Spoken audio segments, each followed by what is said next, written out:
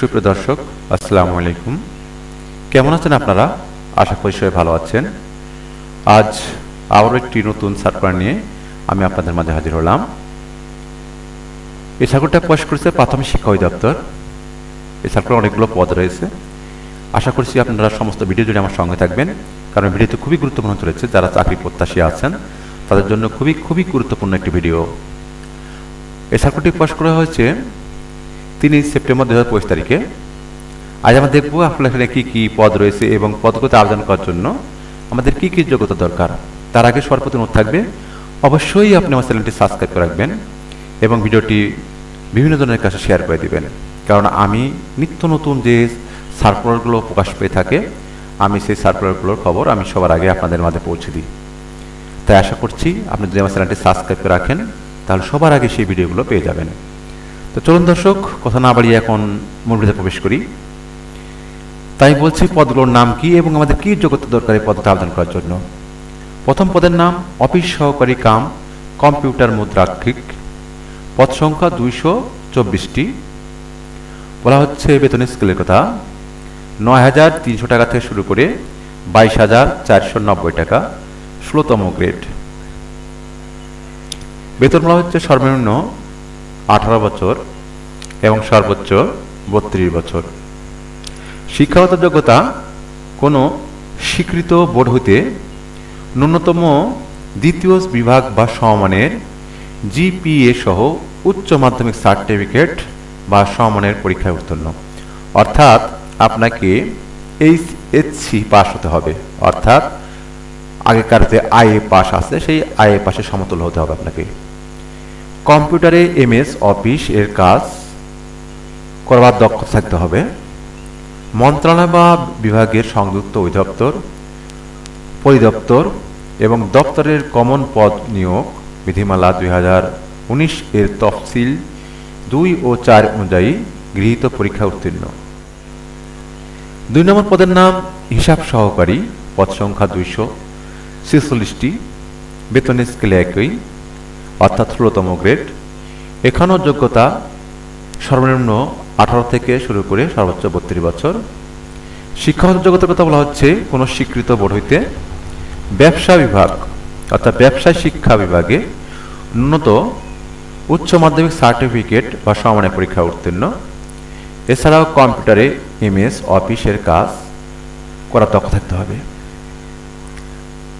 হ্যাঁ দর্শক, আপনার যোগ্যতা যদি এক্ষেত্রে মিলে যায় তাহলে অবশ্যই আপনি আবেদন করবেন। আপনাকে আবেদন করার জন্য এই ওয়েবসাইটে প্রবেশ করতে হবে, অর্থাৎ dper.teletalk.com.bd। এই সাইটে পূরণ করে আপনি আবেদনটি করতে পারবেন। দেখুন, অনলাইনে আবেদন শুরুর কাজ শুরু হবে 20 সেপ্টেম্বর 2025 তারিখ বিকাল 10 থেকে, অর্থাৎ এখন আপনাদের আবেদন করা শুরু হয়নি। আর এই আবেদনের শেষ তারিখ হচ্ছে 12 অক্টোবর 2025 বিকাল 5 ঘটিকা। আশা করছি দর্শক আপনি এই উল্লেখিত সময়ের মধ্যেই আপনার আবেদনটি কমপ্লিট করবেন। আমি সবার প্রতি অনুরোধ থাকবে, অবশ্যই হাতের সময় রেখেই আবেদন করবেন। আপনাকে আবেদন করার পর একটি ইউজার আইডি সম্বলিত অ্যাপ্লিক্যান্ট কপি প্রদান করা হবে, যেটা আপনি কি করবেন, প্রিন্ট করে নেবেন। প্রিন্ট করার পরে আপনাকে টাকা পরিশোধ করতে হবে, অর্থাৎ পরীক্ষার ফি পরিশোধ করতে হবে। পরীক্ষার ফি পরিশোধের আগে আপনাকে আরেকটি আমি তথ্য দিয়ে রাখি। এই আবেদন করার জন্য আপনাকে অবশ্যই একটি রঙিন ছবি ব্যবহার করতে হবে, সদ্য তোলা, যার মাপ হবে 300x300 পিক্সেল এবং একটি স্বাক্ষর লাগবে যার দৈর্ঘ্য 300x80 পিক্সেল। এই ছবিগুলো আপনার কম্পিউটারে স্ক্যান করে নেওয়ার পরে তারপরে আপনি আবেদন করতে যাবেন। আবেদন করার পর আপনাকে বললাম যে পরীক্ষার ফি প্রদান করতে হবে।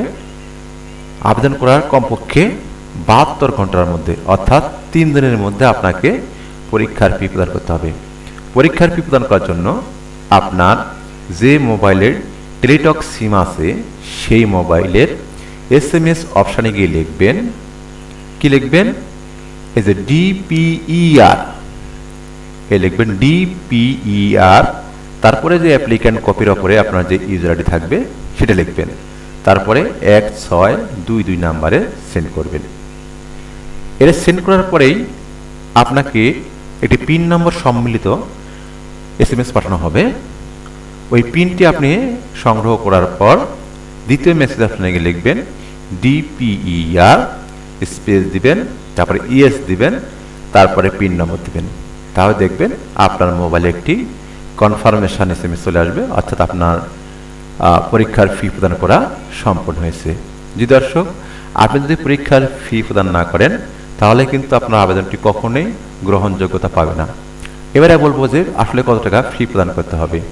দেখেন, উভয় পদের জন্য পরীক্ষার ফি বাবদ 100 টাকা এবং সার্ভিস চার্জ 12 টাকা, মোট 112 টাকা অনধিক 72 ঘন্টার মধ্যে প্রদান করতে হবে। তবে যারা শারীরিক প্রতিবন্ধী, ক্ষুদ্র নিগোষ্ঠী, তৃতীয় লিঙ্গ তাদের ক্ষেত্রে আবেদন ফি 50 টাকা এবং সার্ভিস চার্জ 6 টাকা, মোট 56 টাকা প্রদান করতে হবে। জি দর্শক, আবেদন করার পরে আপনাকে যে SMS প্রদান করা হবে সেটা ব্যবহার করে পরবর্তীতে আপনাকে অ্যাডমিট কার্ড উঠাতে হবে। এই অ্যাডমিট কার্ড উঠানোর তারিখ এবং পরীক্ষার তারিখ পরবর্তীতে আপনাকে কর্তৃপক্ষ অর্থাৎ প্রাথমিক শিক্ষা অধিদপ্তর কর্তৃপক্ষ জানিয়ে দিবে SMS এর মাধ্যমে, অথবা যে কোনো ওয়েবসাইট থেকে অর্থাৎ প্রাথমিক শিক্ষা অধিদপ্তরের ওয়েবসাইট থেকে আপনি এই তথ্যটি জানতে পারবেন। জি দর্শক, আজ এতটুকুই। এই আবেদন করতে গিয়ে যদি কোনো সমস্যায় পড়ে থাকেন তাহলে আমাকে কমেন্ট বক্সে অবশ্যই লিখতে পারেন, আমি আপনাকে সার্বিকভাবে সহায়তার চেষ্টা করব। ভিডিওটি যদি ভালো লেগে থাকে অবশ্যই লাইক করবেন, কমেন্ট করবেন এবং চ্যানেলটি সাবস্ক্রাইব করে রাখবেন। জি দর্শক, খুবই গুরুত্বপূর্ণ একটি চাকরি, খুব ভালো চাকরি। আপনার যদি যোগ্যতা থেকে থাকে তাহলে আপনি আশা করছি অবশ্যই উপযুক্ত সময়ে আবেদনটি কমপ্লিট করে এবং এই গৌরব অর্থাৎ এই সুন্দর পদের চাকরিটি আপনি লুফে নেবেন। আজ এতটুকুই, আবার দেখা হচ্ছে অন্য কোনো ভিডিওতে। সেই পর্যন্ত সবাই ভালো থাকুন, সুস্থ থাকুন। আল্লাহ হাফেজ।